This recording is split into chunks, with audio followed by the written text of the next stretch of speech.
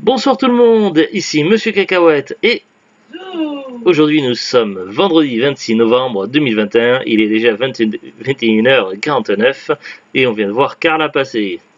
Aujourd'hui dans ce nouvel épisode de Parlons DVD, on va vous pas... De quoi? Carla passé, je connais pas. Carla qui vient de passer. Coucou Carla. Aujourd'hui dans ce nouvel épisode de Parlons DVD, on va vous parler du film Clone avec Bruce Willis.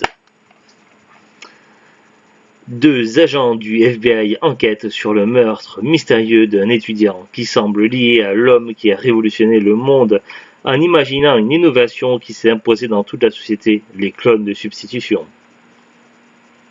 Ces doubles sans défaut commandés à distance effectuent les tâches de leurs propriétaires à leur place et leur permettre de vivre par procuration sans quitter le confort et la sécurité de leur domicile. L'agent Greer Bruce Willis, chargé de cette enquête, comprend vite que le seul moyen de résoudre cette enquête est de la mener lui-même en laissant son propre clone chez lui. Mais comment sauver le monde quand on est le seul humain à évoluer au milieu de robots? En bonus, commentaire audio du réalisateur Jonathan Mostow et le clip I Will Not Bow par Breaking Benjamin. Pourquoi t'as parlé encore comme ça bizarrement? Je sais pas, il y avait apparemment un code et ça a été gratté. Il écrit gratté ici, il y avait un code de movieminute.com et je sais pas quoi, quelqu'un a gratté, utilisé le code. Alors c'est un DVD qu'on avait acheté d'occasion en brocante, que j'ai voulu chercher depuis longtemps, donc tu l'avais vu une ou plusieurs fois et tu avais beaucoup aimé, c'est ça? Et moi je connaissais pas du tout, j'en avais jamais entendu parler, donc c'était vraiment la totale découverte. Mais je me souviens bien que j'avais très bien aimé, alors c'est pour ça que je voulais. Et on a pu entendre le bruit de neige qui fait ses griffes sur le petit griffeur pour chat. Alors, de quoi ça parle? Donc, c'est vrai que ça dit quand même pas mal de choses, le résumé au dos. Bon, la jaquette, elle paye pas de mine, donc je n'en pensais pas grand-chose du film, mais j'étais quand même assez curieux, et finalement, bah, j'ai adoré, une très belle découverte. Pour ce... Merci Neige d'avoir fait ses griffes. Merci Zou. Alors, pour certains aspects, il fait penser un peu à iRobot, mais c'est pas du tout la même thématique, mais justement par certains aspects, mais je le trouve bien plus fun à regarder que iRobot. Alors quand je dis fun, c'est pas une comédie, hein. On n'est pas sur un film drôle ou quoi que ce soit. On est sur un film assez sérieux, sur un thriller d'anticipation, d'ailleurs qui prend un petit peu au mouvement de cyberpunk. Donc, qu'est-ce que c'est que le mouvement cyberpunk? Donc là, je fais pas référence au jeu vidéo cyberpunk qui est tristement célèbre, notamment pour nombre de bugs et de problèmes à la sortie du jeu. Le mouvement cyberpunk, c'est pas tout récent, donc ça date d'il y a très longtemps et ça a été utilisé dans nombreux films, notamment Blade Runner, donc un film très connu que je n'ai encore jamais vu. Ça a rapport avec des technologies futuristes, notamment liées à tout ce qui est cybernétique, robots ou augmentation, amélioration, augmentation du potentiel humain, ce qui fait que les gens sont en partie cyborg, avec des couleurs un petit peu néon, avec du violet, des trucs comme ça. Donc c'est tout un tas de choses qui font que c'est le cyberpunk. Alors je suis pas expert là-dedans, donc je pourrais pas trop bien en parler, mais pour certains aspects, Clone puise un petit peu dans le cyberpunk. Alors donc au niveau du scénario, donc on a d'abord un petit résumé assez rapide, mais qui montre différents événements qui fait qu'on en est arrivé à ce niveau-là. Donc à travers différentes découvertes et avancées technologiques, on est arrivé à ce que finalement la technologie de clonage soit utilisée, donc qui à la base avait été créée à des fins thérapeutiques, à la fois pour remplacer des membres abîmés et dans le cadre de la médecine. Finalement, c'est devenu assez banal et c'est utilisé par 90% de la population mondiale, on va dire grosso modo. Seulement tout le monde n'est pas de cet avis-là, donc à travers le résumé, on apprend que il y a des gens qui sont rebellés un petit peu contre le principe de clonage et qui se font appeler les réfractaires. Et donc il y a un peu partout dans le monde des cités de non-droit où finalement les règles les règles du quotidien ne sont pas les mêmes que dans les règles des endroits où le clonage est en fonction. Un petit peu comme des cités-États, quoi. Grosso modo, c'est un petit peu comme ça qu'on pourrait dire. Mais quand on parle de clonage, alors on parle pas de clonage d'humains génétiquement, de copies humaines en fait. Là, le terme clonage en fait est différent de ce que l'on pourrait penser, parce que dans la plupart des films de science-fiction ou de séries de science-fiction, quand on parle de clonage, donc ça va être une réplique identique à nous-mêmes et fait de chair et de sang. Là, le clonage, en fait, c'est en gros des corps de substitution, mais mécaniques. Donc là, il va s'agir en quelque sorte de robots. Et Bah, c'est des robots.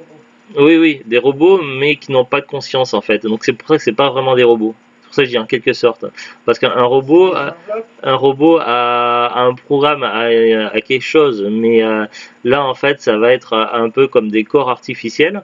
Et le principe en fait, c'est que les gens qui ont intégré les clones à leur quotidien, ils, il pilote il pilote ses corps mécaniques un petit peu comme si on conduisait une voiture téléguidée, ou imaginez encore que vous mettez un casque virtuel style Oculus Rift, PSVR ou je sais plus quelle autre marque, donc il y a plein de marques, mais imaginons vous mettez votre casque virtuel et hop, vous avez les manettes dans les mains, vous êtes en train de jouer à un jeu vidéo, donc vous dirigez un personnage à l'autre bout de la terre. Et bien là c'est pareil, sauf qu'on dirige vraiment un corps artificiel. Grosso modo c'est ça. Et donc du coup, pourquoi les gens font ça? Tout simplement parce que ça leur permet d'oublier certaines choses, de faire abstraction des faiblesses liées au corps humain. Donc ça peut être lié à des problèmes de complexes, à des problèmes de vieillesse, à des problèmes de santé, à des problèmes, enfin plein de choses. Et donc du coup, on est dans un monde qui semble plutôt bien vivre, parce qu'on est dans un futur, mais dans un futur où la plupart des problèmes des problèmes d'autrefois ont disparu. Donc au niveau de la criminalité, il n'y en a quasiment plus. Donc ça fait très longtemps qu'il n'y a pas eu un seul meurtre et autres. Donc Plus de dégradation.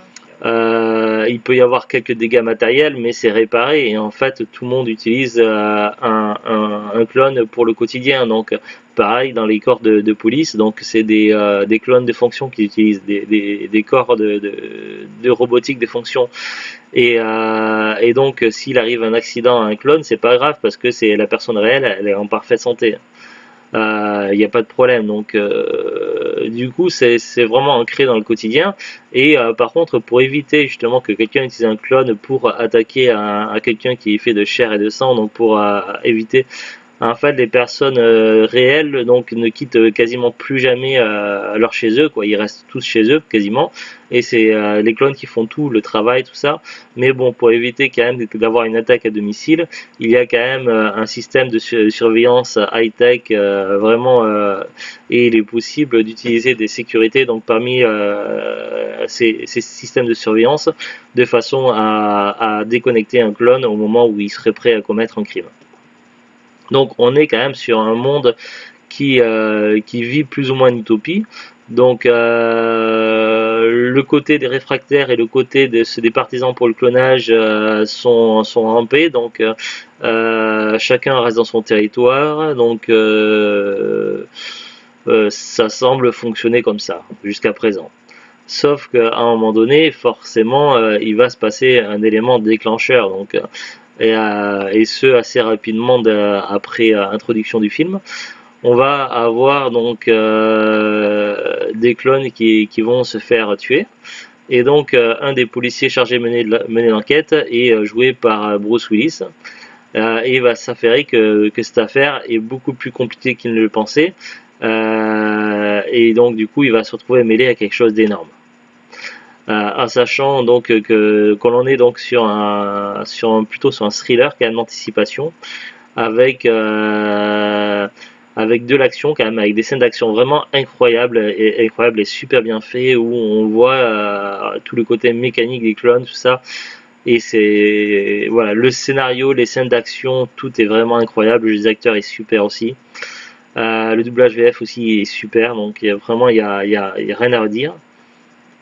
Et, euh, et donc on voit donc tout ce parcours-là de ce policier-là, et qui va être amené à côtoyer les deux mondes, à la fois le monde des clones et le monde des réfractaires. Donc du coup il devra mener l'enquête, comprendre qu'est-ce qui se passe, tout ça, et évidemment il va y avoir des révélations et autres. Donc ça je peux pas trop en dire pour ne pas spoiler l'histoire, ça serait vraiment fort dommage pour ce genre de film-là. Mais franchement, c'est un film qui vaut le coup d'œil. Alors évidemment, une fois que vous l'avez vu, le scénario il est connu, donc c'est un petit peu moins surprenant après. Mais bon, voilà, c'est un film qu'il faut avoir vu au moins une fois, quoi. Et c'est un film que je suis content d'avoir dans la collection. Donc une petite trouvaille d'occasion. Donc je crois que c'est Zouglou qui l'avait trouvé en brocante. Ouais, je peux pas en dire plus pour pas spoiler, ça serait dommage. Est-ce que tu penses qu'il y aurait autre chose à rajouter ou pas, Zouglou? On va regarder ensemble la fiche Wikipédia.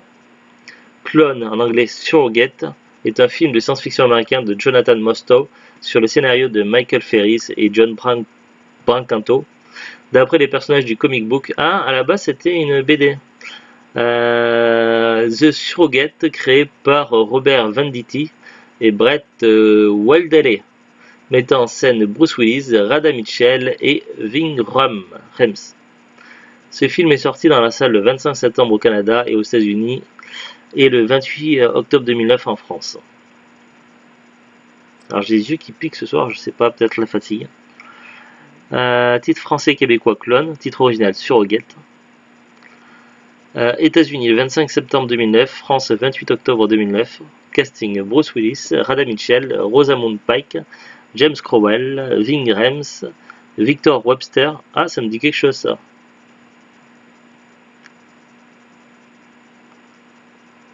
Il faudra que je vérifie. Boris Kodjoe, James Francis Ginty, Jack Nosawarty, Devin Redray, Michael Kuditz, Jeffrey De Serrano, Elena Matson, Brian Parish, Jennifer Alden, Chen Zixek, Jordan Belfi, J.L. Highsmith, Valérie Asselin, Nicolas Purcell. Ah, est-ce que c'est quelqu'un qui serait parent à Dominique Purcell? Max Murphy, Michael O'Toole, David Conley, Bruce Robert Séraphin, Cody Christian, Floyd Richardson, Yann Novik, Todd Kaun, Taylor Cool, Ella Thomas, Trevor Donovan, Dr Hiroshi Ishiguro et Dr Takeo Kanade. Je vais regarder vite fait la fiche de Victor Webster. Je crois dans les séries télé, c'est ça. C'est lui qui joue Brennan Mulray dans Mutant X. C'est pour ça que ça me disait quelque chose. Mais je ne l'ai pas reconnu pour le coup. En même temps, il a 48 ans maintenant.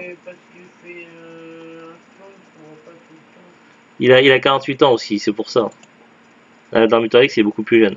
Oui, mais il a un petit rôle là-dedans. Oui, oui. Historique du projet. Avec l'intention de distribution de Touchstone Pictures, The Walt Disney Company achète les droits d'adaptation du comic book The Surrogate en mars 2007. Édité chez Top Shelf Productions entre 2005 et 2006, et créé par le scénariste Robert Venditti et le dessinateur Brett Weldele.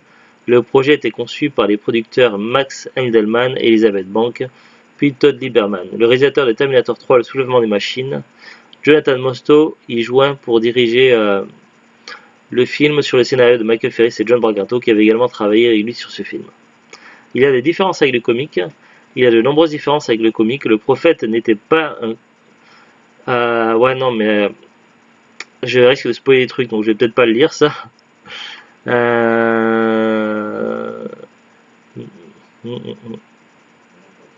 Ouais, non, je vais pas lire ça, donc. Désolé. Ça spoil. Après, ça parle du tournage, des musiques. Et puis dans le vidéoclip, il y a des extraits du film.